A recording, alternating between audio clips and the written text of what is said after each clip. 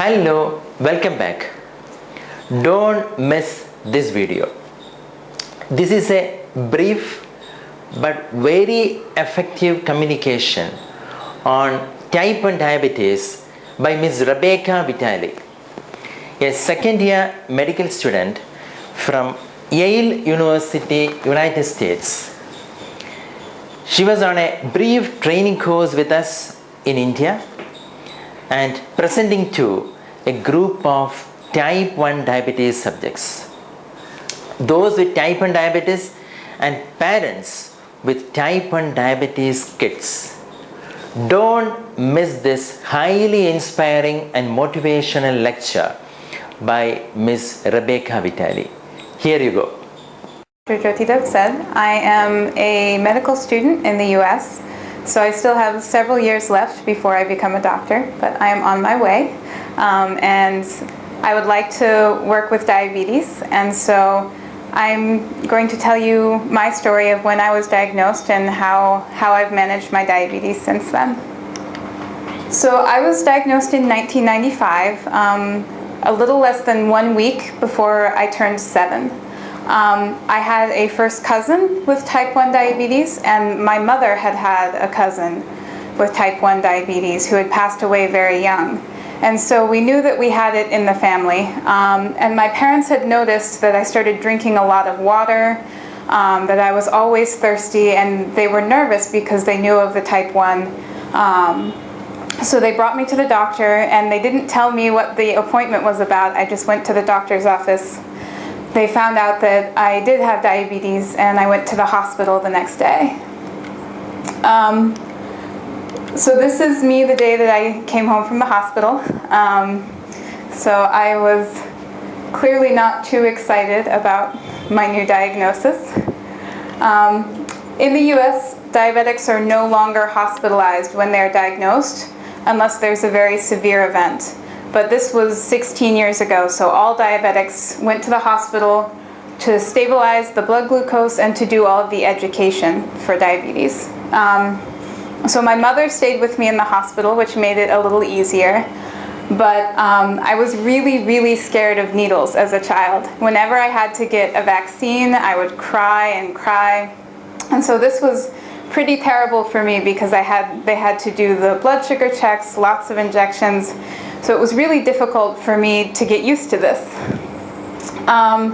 So after I came home from the hospital, I would run around the house every time my parents had to give me an injection or check my blood glucose. They would follow me, chase me around the house, and one of them would have to hold me down while the other gave the injection. So I think it was very difficult for them, mostly at the beginning, because I was so scared and didn't understand what was going on. Another change is that I had to have smaller portions of sweet foods. And I really liked sweets, and I still really like sweets.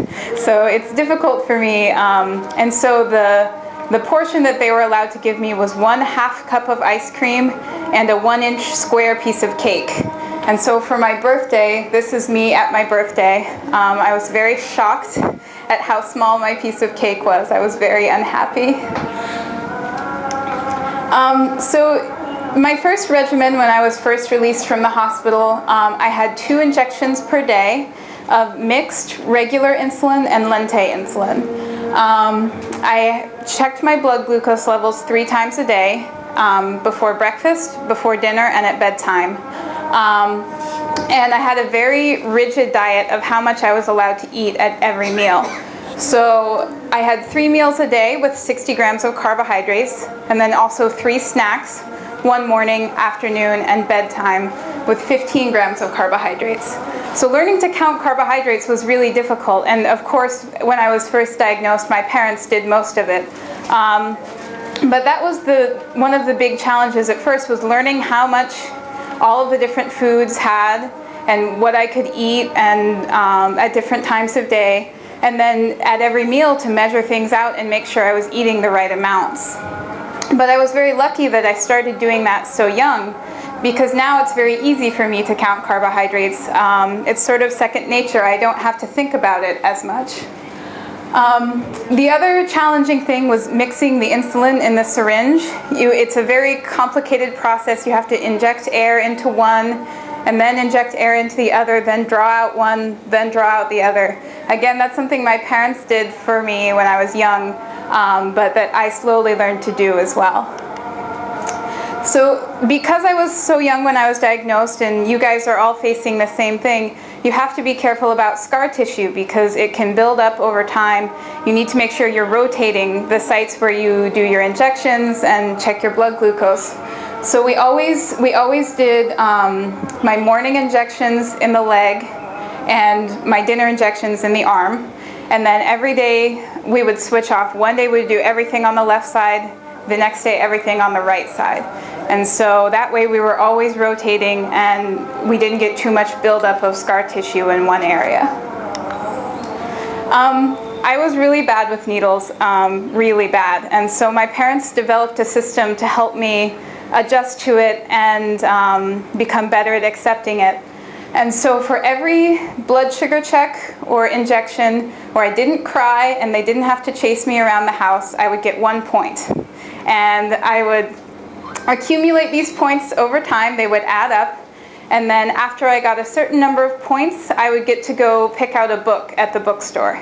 So it was a way for me to have something to be working towards and building towards, where I knew that if I was good, I would have some reward. But it wasn't a small reward every time, but it built up over time. But I also have 3 siblings. I have 2 brothers and 1 sister. And so my parents also had to come up with point systems for them so that they could be also earning points for doing different things around the house and could also earn prizes that way. So I was about to enter the 2nd grade. I was diagnosed during the summer. And so this was my primary school here. And we had a meeting with all of the teachers that I would have that year before school started about my diabetes. So it was my parents, myself, and all of the teachers explaining about diabetes, about what it was, about how to recognize a hypo, which maybe I couldn't recognize myself, but teachers had to watch out for me. With things like the gym teacher, making sure that he knew how to recognize things because I was running around and exercising a lot in his class. So it was really important not to keep the diabetes a secret, to make sure that everyone around me knew about it, especially at the beginning when I couldn't recognize all of the signs myself. And then once school started, maybe 1 month into the school year, I made a presentation about diabetes to all of my classmates. And I was talking to my parents about this recently, and they said that after I gave this presentation to all of my classmates, telling them what diabetes was, I started to get much better at checking my blood sugar and taking my injections. And they think that, by giving me a chance to talk to other people about it, to show all the things that I had learned about diabetes, that it made me accept it more, that this was how my life was going to be from now on. So this is the first day of school in 2nd grade. I was still able to keep doing most of the things I had done before I was diagnosed, and I think that was really important because it showed that I could still live my normal life. I could still do all of the things that I used to do. I just had to be more careful. So I played sports. I played soccer. I still continued to play soccer. My dad was the coach of my team, which was very helpful because he could watch out and make sure I didn't have a hypo during practice or something like that. My friends all knew that I had diabetes, and I went to their birthday parties and things like that. My mom would call their parents beforehand and explain that I could only have a piece of cake this big and all of the different things that they needed to watch out for. And we had a lot of school field trips where we would go places and do different things, and my mother often was a chaperone. She came on those field trips with me so that she could look out for me, because anytime you're doing something that's different from your routine, sometimes your diabetes can do things that you don't expect. So this is me playing soccer. I continued to play until I was in high school. The early years definitely had some problems. Thanksgiving is a holiday in the US where we give thanks for all of the blessings that we have, and you eat a lot of food. And it's probably the biggest meal of the year for myself and for most families. And one year we were all busy getting the preparations together and forgot to give my insulin injection. And afterwards my blood sugar was the highest it's ever been. It was so high. I think it was in the 500s or 600s, so very high. And so it just shows that you can get so wrapped up in things that you forget to take care of the diabetes. There were problems sometimes where other parents wouldn't want me to come to the parties that their children were having because they were scared, they didn't understand diabetes, and they were worried that something would happen to me. I didn't know about this until I was much older, which I think is good that I didn't know when I was younger, because that would have been very hard for me. Also, one party in the US, it's very common for a birthday party to spend the night, sleep over at someone's house, and it was the first time that my mother had let me do everything by myself. She did not come by in the morning to give my injection. I was allowed to do it myself, and we forgot to do it. So my blood sugar was also very high then. So when you're doing things that are different, you can often forget about your diabetes, forget about the things you need to do. At the beginning, I saw the doctor about once every month, but then that settled down to about once every 3 months. And I really liked the people at my doctor's office. They were very nice. They always remembered me and recognized me, and that was really important to me. I actually liked going to the doctor because I got to see people. They were excited to see me. I was diagnosed pretty early in the course of my disease. So my pancreas was still making some insulin for the first few years after I was diagnosed. So my blood sugars were very good. My hemoglobin A1C levels were very good. And I wasn't taking much insulin. And then it was very obvious, the point maybe a year and a half after I was diagnosed, when suddenly my pancreas stopped making any insulin and I started needing a lot more insulin than I had been taking before. So from the very beginning, I learned to do some things myself. And I think that was really helpful for me because it wasn't like all of a sudden I had to learn to do something new and scary. It was a lot easier because I had been helping from the very beginning. So less than 1 year after I was diagnosed, I would be pushing down the button on to check my blood glucose, and soon after that I was doing that entirely by myself. And then for the insulin injections, one of my parents would put in the needle and then I could press the plunger down, or I could participate in some way. I could pick the spot where they were going to put it. And that way I learned to do these things very slowly and over time, and I would practice injecting saline salt water into an orange to learn how to use the syringes. So doing things slowly, learning them step by step, made it much easier for me to do the management entirely by myself in the end. So this is me checking my blood sugar. I also this was my box that I kept all of my diabetes things in, and I got to pick out the box, so I got the pink and blue one, which was very exciting. So it was great to have something that I was excited about in addition to all the injections and checks. So a lot of summer camps in the US will take 1 week for what they call diabetes camp, and it will be a camp only for children with diabetes, with type 1. And they have nurses on staff, they have doctors on staff who can be there and who can monitor you. So this was the first time that I was away from my family for any long period of time. We got to go swimming and hiking and learn how to do archery, shoot bows and arrows. And it was a really great experience for me because I got to meet a lot of other diabetics. I didn't really know any other diabetics except for my cousin. And I learned to give injections in my stomach, which I had always been really scared of doing an injection there. And it was at camp that I learned how to do that, which was really, really helpful because I had to learn to do that before I could get an insulin pump. So travel was really difficult with diabetes, and so that's another way that sort of having diabetes affects your whole family. So we had to cancel family vacations, and we weren't able to fly on a plane for several years because we were still balancing everything out. And also changing time zones was very difficult because you're changing the number of hours and your insulin is still working for different amounts of time. But we did manage to take some trips. So a few years after I was diagnosed, we went to Disney World, which was very exciting. And it was one of the first major trips we took after I was diagnosed. When I entered grade 6, so I was 11 years old, I switched to the multiple daily injection regimen that probably a lot of you are on. I really liked having a more flexible schedule, not having to eat the exact same amount of food at the exact same time every day. It was really difficult to do that.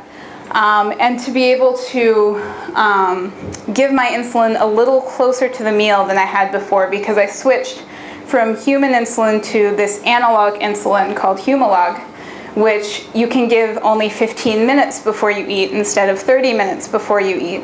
And with a family of 6, with people always running around, it was really difficult to eat at the same time every day and give my injection 30 minutes before that. So this was a lot easier for me and for my family. Also switched from Lente to Ultra Lente, which was a new type of insulin available that was longer lasting. And so my management was a little better because of that. So then in 2000, when I was 12, I got my first insulin pump. And this was a big change for me because you're suddenly having this machine on your body all the time. It's different. But it mimics how your pancreas would naturally work a lot better. And so my control of my diabetes was a lot better. The first pump that I got was a Dizatronic Tahiti. I liked it because it was the smallest one available, so it was just about that big, maybe the size of a pager or something like that. And at that time, a lot of the insulin pumps were a lot bigger. So I really wanted something smaller that was sort of easier to tuck away. Like I said, I had a much more flexible schedule. I could give my insulin a lot more easily than having to draw it up and do an injection.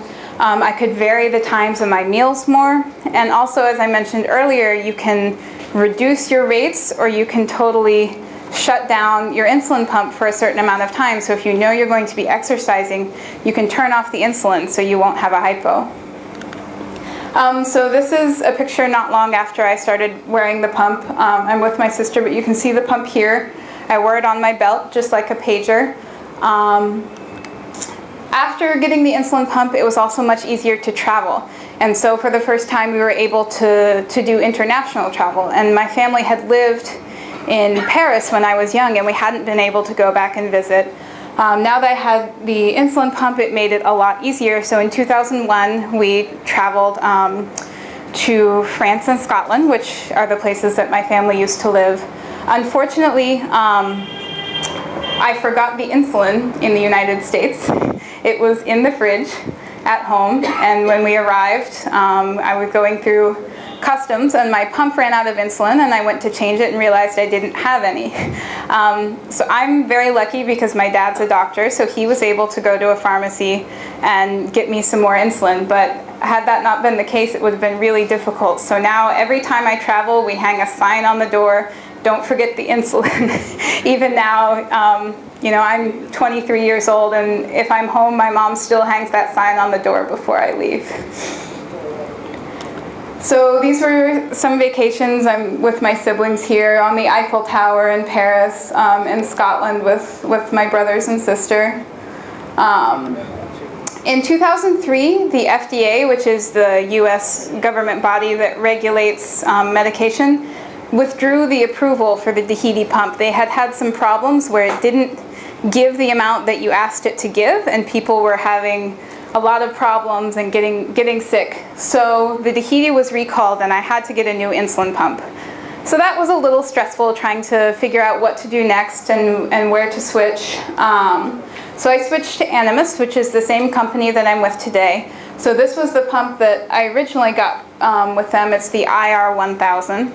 Again, it's one of the smaller ones, which I really liked. And one thing about Animas that I really like is that their customer service is very good. So when you call them to talk on the phone, you can very easily talk to a person and they help you out very quickly. Sometimes it's very difficult to get through to the different companies. So that's one reason that I like Animas so much.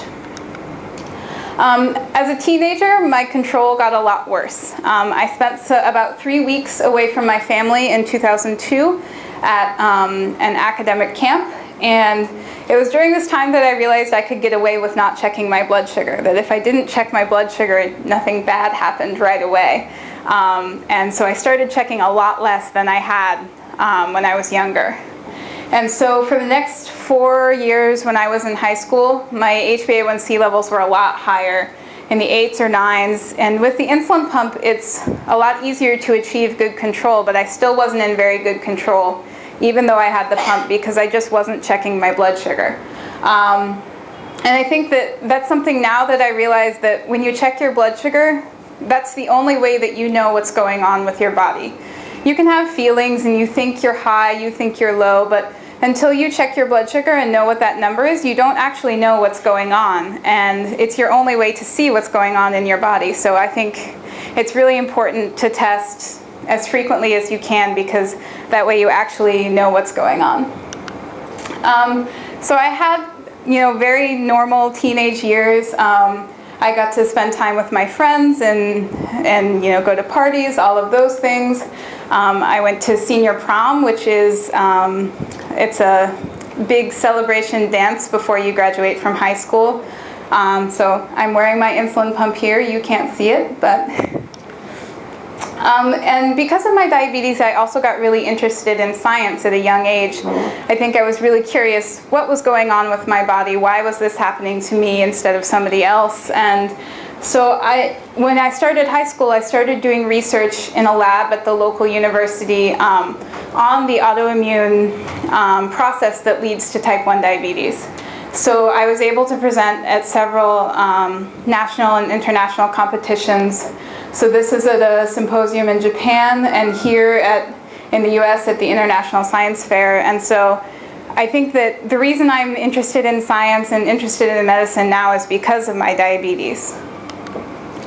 So I moved far away when I went to university, when I went to college. I moved about 1,000 miles away from my hometown.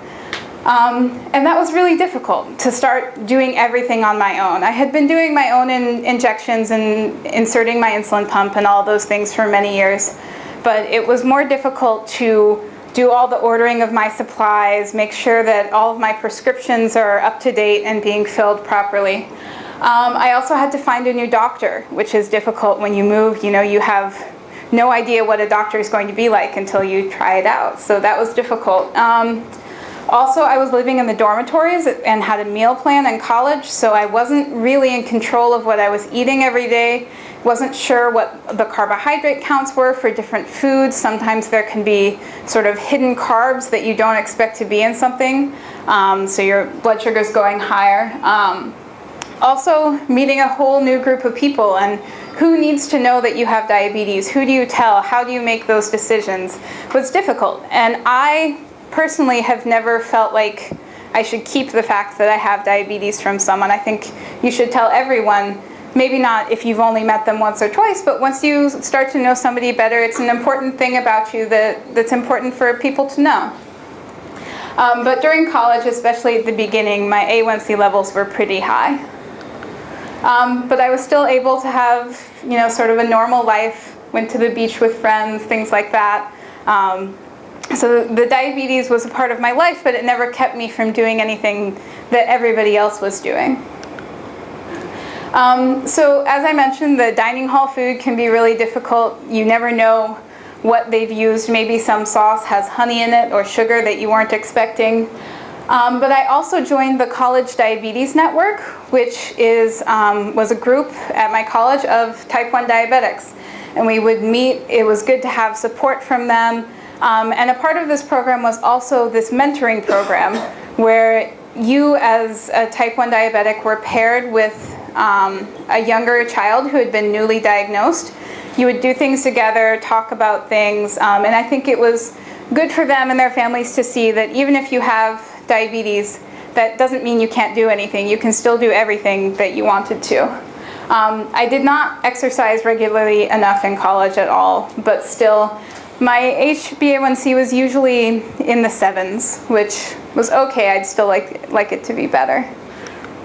So this is me with my mentee, who also had diabetes, and her sister. So I think one of the most challenging things for my diabetes has been traveling alone. And I've done it quite a bit throughout the years. So in 2007, when I was 18, I went to Morocco to teach at a school for street children. And I was there for about 6 weeks. And it was difficult to get enough supplies in advance to adapt to unfamiliar foods and sort of do these new things and still be able to control my diabetes well. Also in 2009, I spent 10 weeks in Senegal doing research on effectiveness of different NGOs. And in Senegal, I got pretty sick, and that was the most difficult thing. I was really not able to keep food down for a long time, so my sugars were always going low. I was having to make a lot of changes into my regimen without being able to talk to my doctor or anyone about those changes, so that was really difficult. But I still managed to adapt to the new countries. So here in Morocco and Senegal, it takes some time at the beginning. It can be kind of rocky, but over time you can learn how to adjust to your new routines. I came across something that was really difficult for me during my last year of college. No, not my last year, during the middle of college. I was taking the admission test for medical school, and they're very stringent in this test about how you take it. So you're not allowed to bring anything into the room except yourself. You're not allowed to bring in, a cell phone, even a pen or pencil. You're not allowed to bring. When you go in and out, you have to do a fingerprint scan so that they can be sure that it's you, the same person is coming in and out. They're very strict about it. And that was difficult because I had to bring my insulin pump with me, which they saw as something external. And to me, it's so much a part of me that I didn't think about it as being something they wouldn't let me bring into the room. But I had to register with the board as disabled in order to bring my insulin pump into the room and sort of do all the things that I needed to do. And I really don't consider myself disabled. It's not something I've ever thought about myself, and so it was difficult for me to have to register as disabled, to have to say this out loud, I guess. Because I think with treatment you can live a totally normal life, and there's no disability. But this experience taught me to think a lot about how other people see diabetes and what other people think of when they think of diabetes, and how there might be roadblocks along the way because of how other people see diabetes. I got a new insulin pump in 2010. I got an upgrade. And that's the one that we were showing you earlier. It's the Animas Ping, one-touch ping. And so it has the meter remote, so you can check your levels on the meter, and then with a push of a couple buttons, you can give the correct amount of insulin. So that's really great because you can really sort of not have to be pulling your insulin pump out all the time.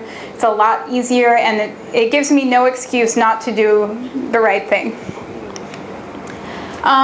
I recently started medical school. Again, the transition was difficult. My A1C levels were up as I was adjusting to some new changes. I was still in a dormitory on a meal plan, which again is difficult when you're not preparing the food yourself and you don't know what's going into it.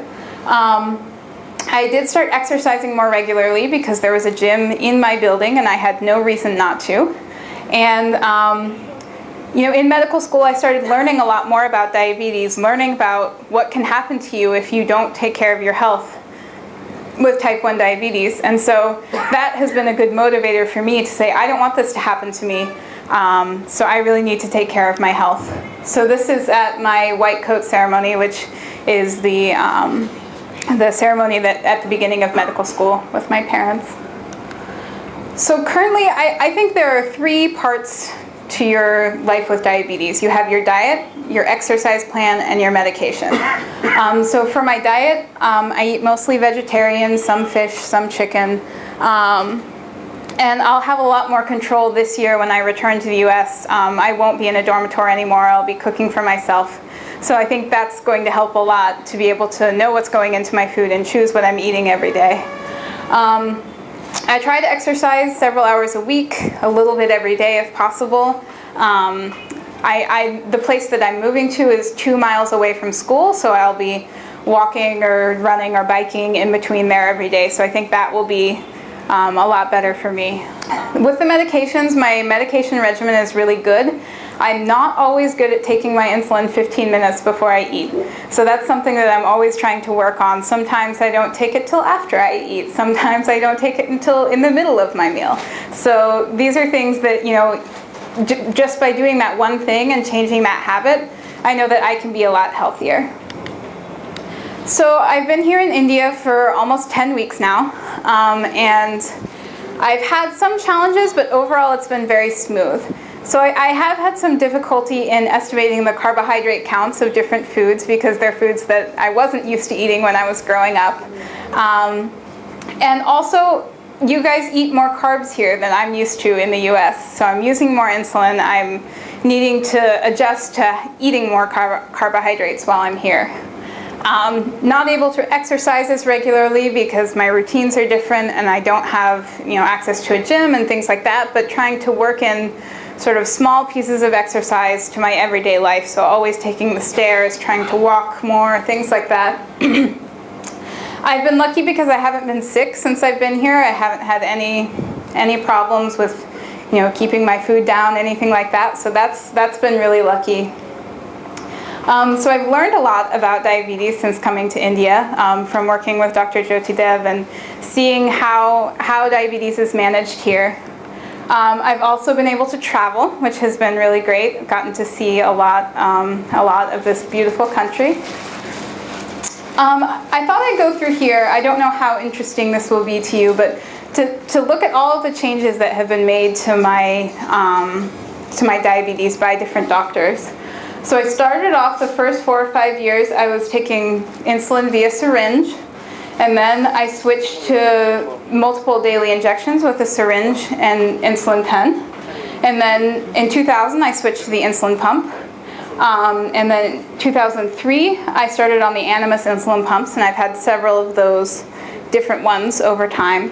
2 things that different doctors have put me on. I think this is interesting because in both of these cases, there was one doctor that put me on this drug, and the next doctor that I had took me off of it because they didn't think it was the right thing to have me on this drug. So enalapril is an ACE inhibitor, which is used to lower your blood pressure. My doctor, who I had when I was 18 in Kentucky, put all of his adult patients on enalapril to help protect your kidney function. But then I started seeing another doctor when I moved to Boston, and she thought that was crazy and took me off of it. So they had very different opinions about what was the best medication. But then the next year, she put me on metformin, which is a drug that's usually used in type 2 diabetes. But she had noticed that my insulin dosages were going up quite a bit, even though my weight wasn't changing. And she worried about that, so she put me on the metformin to try to reduce my insulin dose. But then last year, my new doctor thought that was crazy and took me off of it. So there's a lot of debate about what drugs you should be on, and different doctors have different opinions, and even different scientific studies say different things and have different conclusions. So it's hard to know what the best way to treat it really is, and this shows that there's still a lot of debate among doctors about what the best plan is. So over the years, doctors have said a lot of different things to me that have been both really good and really bad.